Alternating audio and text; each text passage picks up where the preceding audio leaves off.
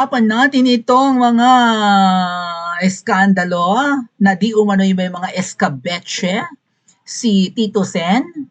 Bakit konektado ito sa usaping politika? Kasi po, ang gustong maglaglag kay Tito Soto ay supporter pala ni VP Sara, and that's Anjo Iliana. So parang hindi sila nagkakasundo, no? Kasi itong si Tito Soto ay mukhang tuta Soto nga ang tawag niyo at mukhang sunod-sunuran sa babaeng ahas. Nakakapagtaka bakit nanalo pa ito, inugat na to, tumanda na to sa Senate, wala naman tayong naramdaman na impact niya sa buhay natin. Or ano naman yung memorable na ginawa niya bilang senador na nakapagpabago at nakapagpaunlad ng buhay natin, mukhang wala naman. 'Di ba? So, nanalo ulit sa katakatakang pangyayari na tinalo pa ng mga alyansa ng bagoong Pilipinas na yan, which nandun si Tito Sen, ang mga Duterte, at nagrereklamo nga po ang mga Duterte na dinaya sila nitong nakaraang Mayo, at sana po may mangyari na no, sa kanilang mga sinampang reklamo. Isa rin po yan sa dahil mga kababayan na dapat nang matanggal itong adik kasi hanggat nasa posisyon yan, ang election sa 2028 siguradong dayaan. So kailangan mawala na yan para ang paparating na mga susunod na elections ay hindi na madaya. Kasi hanggat nasa power singiwi at hanggat nagmamaniobra yung butod, okay, yung babaeng ahas, ay dadayain ang election natin. Okay? So, itong nakaraan ng election ay although nagpalit na sila, hindi na Smart Magic, Miro na, katakataka yung mga nangyari, may mga binawas na boto. And talamak yung vote buying, nakuna na ng mga video yung mga pumipila sa pagbili ng kanilang boto, gabi, madaling araw, ganyan. Wala naman tayo nabalitaang naparusahan. Yung mga sa tingin natin dapat natalo, nanalo pa. Tapos nagawan pang may balik sa pwesto, yung tipong natalo na, ikinalikot pa, right? O, katulad ng mga kamatayan black na yun, nakabalik pa sa Congress. Anyway, ang nakakatuwa dito, si Anjo Iliana pala ay supporter ni VP Sara, mga kababayan. And dahil nga dyan, si Tito Sen ay hindi sila magkasundo, although pareho sila ng pinanggalingang network or at least program, yung Itbulaga, ay si Anjo pala ay supporter ni VP Sara, pero syempre anti-Sara si Tito Sen. Ba't nanalo ngayon? Nagtataka talaga ako ng magaling. Anyway, pakinggan muna natin yung mga sinabi ni Anjo Eliana, mga kababayan. Alright? DDS ba? DDS si Anjo. Nakakatuwa po, no? Kasi alam nyo, hindi ko favorite actor tong si Anjo Eliana, pero super crush ko namang talaga ang kanyang syupatembang. Gwapo naman talaga mga ate at kuya, ang kanyang kapatid, di ba? Hotness. Si Jo Marie, no? Crush ko yun nung araw. Nakita ko yan sa sa South Mall, sa Las Piñas. Hello sa mga taga South dyan at mga nasa Pilipinas. Nakita ko ang kapatid dito, si Jo Marie, di ba? Noon mga ate at kuya, bago natin siya pakinggan, ma-share ko lang sa inyo. Sa Guapings, di ba tatlo yung Guapings? Mark Anthony Fernandez, Eric Fructuso, and Jo Marie Iliana. So, ang crush ko noon ay number one talaga si Eric Fructuso. Kasi mukha siyang hapon eh. Shout out, Eric. Ano rin yan, parang DDS din yan. Right? Mukhang okay din yan si Eric Fructuso. Para sa akin, pinakagwapo yan. Pero syempre, si Mark Anthony, hindi rin papatalo, apakagwapo rin. Noon, nung yung Guapings era, parang tagyawati noon si Jo Marie. So, pangit na pangit ako kay Jo Marie, plus pango naman yung ilong. Kasi sa tatlong yan, tama ba? Sino ba paborito yung mga, sino yung, kung irarank nyo yung tatlong Guapings, sino yung gusto nyo? Sino yung top 1 hanggang top 3? Basta iwan talaga si Jo Marie sa akin noon. Kasi nga, pango, tapos may pinsan akong, or kamag-anak akong kamukha niyan, so parang common, very Filipino yung itsura ni Jo Marie Iliana, no? Kapatid ni Anjo. So yung crush ko talaga noon, si Eric Pasita, ang mata ni Eric Fructuoso talagang simpatikong bonggang-bongga, supladong-suplado, no? Kapal pa ng kilay. And Mark Anthony, isang gwapo version ni Rudy Fernandez, di ba? So, iwan na iwan si Jomar nung nakita ko sa South Mall, mga ating kilig na kilig naman ang aking sumbong. Gwapo pala si Jomar Iliana, matangkad pa. And maganda rin ang boses, no? Magaling kumanta. Yung naging jowa ni Aiko Melendez, di ba? So, itong si Anjo Iliana, kumpara naman sa kapatid, ay hindi ko feel. Dahil, syempre, mas matanda ito sa akin. Kahit pa paano bata-bata si Jo Marie, so crush ko si Jo Marie. Magkapatid sila, di ba? Tapos, syempre, di ba itong si Anjo Iliana, bubulol-bulol to noon right? Sa palibhasa lalaki ba yun? meron siyang role na para siyang Bonjing, yung bulol-bulol siya.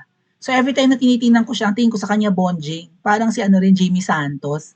Komedyante to, di ba? Si Anjo. Shoutout Anjo. Pero this time, nakakabilib kasi ang paninindigan niya sa Philippine politics ay nasa tamang lugar.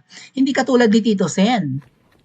Tito Sen, ang laking tao rin yan, no, nung pumunta ako ng Itbulaga. May sinalihan akong contest before ng Itbulaga eh. So, ang tangkad ni Tito Sen, na-meet ko na yan. Actually, nakamayan ko na. Siya pa nga yung nag-abot ng premyo ko nung sumali ako before sa Itbulaga. May pa-contest nun sa Itbulaga na sinalihan ng inyong Principesa. Tangkad. So, tuwan-tuwa ako kasi senador yung, kumbaga, may trabaho siya bilang senador, pero nandun pa rin siya sa program, sa Itbulaga. And na-meet ko nga yan. So, tuwang-tuwa ako. Kaya lang, anti-Sara pala ito. Tapos parang galing na galing pa siya kay Marcos Jr. Baka mamaya yung issue ng yung Pepsi Paloma, baka totoo yun ha. Anyway, pakinggan na natin si Anjo Iliana, mga kababayan. Si Vic tsaka si Joey, walang kinalaman sa sindikato dyan sa Itbulaga. Vic tsaka si Joey, nagtatrabaho lang yan. Pero malamang galit na sa akin ngayon si Vic dahil kapatid niya. Wala akong magagawa.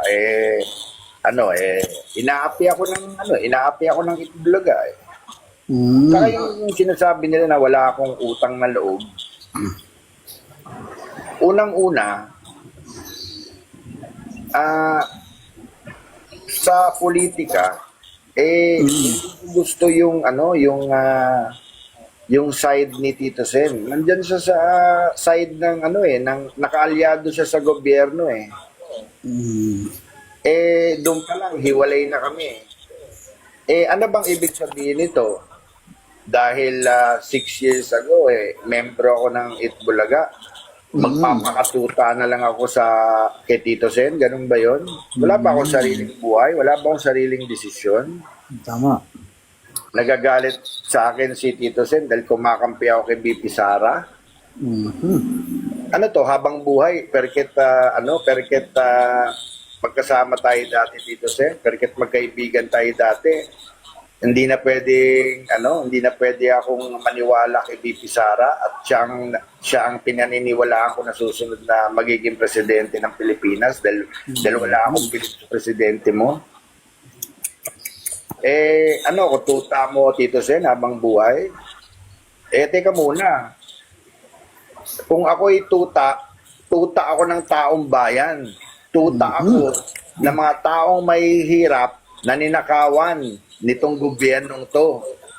Yan. Tuta ako ng taong bayan. Tuta ako ng mga ninakawan. Aminin ko, tuta ako. Pero kung nagagalit ka dahil bakit hindi ako tuta mo, Tito Sen, talagang hindi ako sasama sa idin sa gobyernong yan dahil ang daming nakawan dito sa gobyernong to. Talagang never ako sasama dyan sa gobyerno. Hindi ko susuportahan tong gobyerno to dahil ito na ang pinaka-kurakot na gobyerno sa tanang buhay ko na naranasan. Tapos wala pa nangyayari. Tapos susuportahan ko kayo dyan sa nyo. Hindi, dito ako kay BP Sara. Dito ako. Dito ako sa DDS. Magdedeklara na akong DDS. Mag-a-apply na akong Senador Bryce. Oo. Mag-a-apply na akong senador dito kay BP Sara. Titikat ka na.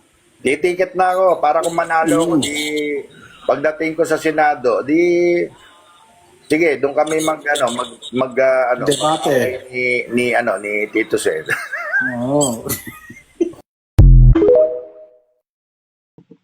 I think he was just joking about running in politics come 2028 bilang Senate candidate ni VP Sara, mga kababayan. But although marami ang tinatabangan sa mga artista, katulad na lang ni Robin, na iiba na naman ang tono Natutuwa siya ngayon kay Panfilo Lacson. Sabi niya, si Panfilo Lacson, suportahan daw si Ping Lacson. Di ba inaakusan si Ping Lacson na isa sa salarin sa pagpapakidnap kay PRRD? Anyway, between Anjo Iliana and Tito Sen, mas gugustuhin nyo si Anjo Eliana nasa tamang landas, nasa tamang grupo, right? And supporter pala ni VP Sara, tagapagtanggol ni VP Sara. So, despite na naging magkatrabaho sila ni Tito Sen sa Itbulaga, ay hindi sasamahan ni Anjo si Tito Sen sa mali niyang tinatahak na nagbubulag-bulagan sa most corrupt government. So, sino sa Guapings ang crush nyo?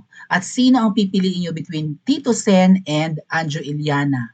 Totoo kayang ibubulgar ni Anjo Eliana kung sino ang kabet ni Tito Sen? Kilala nyo ba? Dating artista. Balita ko, dalawa pa nga eh. Pa-comment nga po sa comment section at mag-like at subscribe din po kayo.